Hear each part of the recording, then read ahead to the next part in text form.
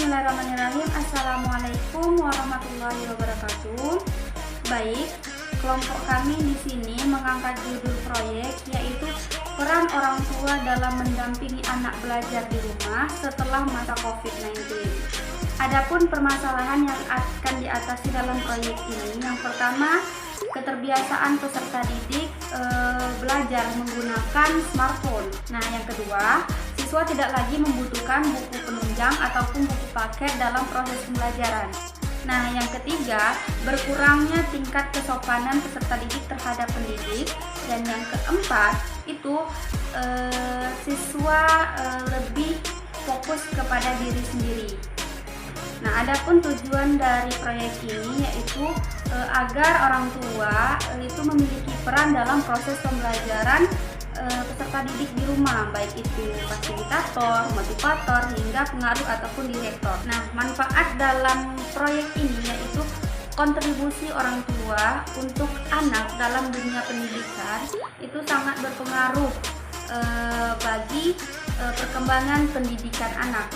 Nah, yang kedua, kontribusi orang tua untuk dunia pendidikan dilakukan secara berkelanjutan untuk memberi motivasi atau memberi arahan. Nah, yang ketiga, memberi dorongan dan memberi sarana agar mencapai keidealan dalam membimbing seorang anak.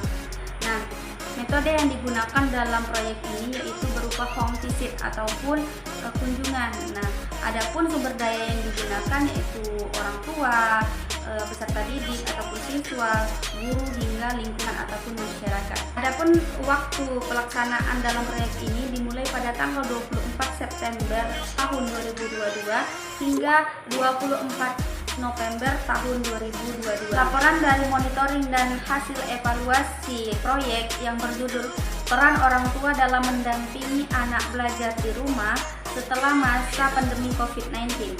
Kegiatan yang dilakukan dalam proyek ini yaitu pertama, kegiatan perancangan proyek. Nah, dalam kegiatan perancangan proyek ini maka kami akan membuat kerangka yang akan dilaksanakan dalam proyek serta pembagian tugas dari setiap anggota untuk mengerjakan proyek. Nah, setelah membuat kerangka proyek dan membagi tugas masing-masing, di sini kami mendapat kendala yaitu masih belum mengerti apa yang akan dilaksanakan oleh setiap anggota.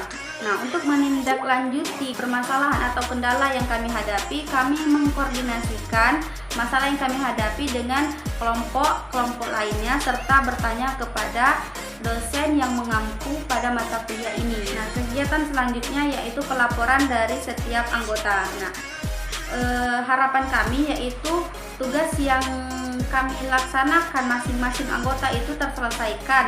Nah, namun ada beberapa kendala yang kami hadapi yaitu masih perlu ada perbaikan dalam laporan yang kami buat. Untuk menindaklanjuti permasalahan ini maka kami cek secara bersama-sama apa yang perlu diperbaiki sesuai dengan yang diharapkan. Nah, kegiatan yang kami lakukan yaitu kunjungan ke rumah siswa. Target dalam proyek ini yaitu orang tua dapat mengetahui pentingnya pendampingan orang tua dalam proses belajar anak di rumah.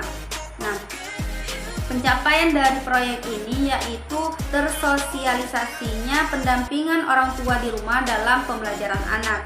Yang kedua, pemantauan bagaimana pendampingan orang tua sekaligus pengarahan bagaimana cara mendampingi anak belajar di rumah.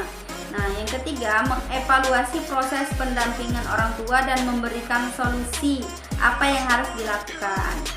Dalam kegiatan pengunjungan ke rumah siswa ini ada beberapa kendala yang dihadapi, yaitu masih terdapat beberapa orang tua yang belum tahu bagaimana cara mendampingi anak belajar di rumah. Yang kedua, masih terdapat beberapa orang tua yang enggan atau tidak berminat dalam mendampingi anak belajar di rumah dengan beberapa alasan. Selanjutnya, kegiatan yang kami lakukan yaitu evaluasi kunjungan. Nah, dalam kegiatan evaluasi kunjungan, pencapaiannya yaitu adanya hasil evaluasi yang memuat kekurangan-kekurangan dalam kunjungan dan hasil pendampingan orang tua.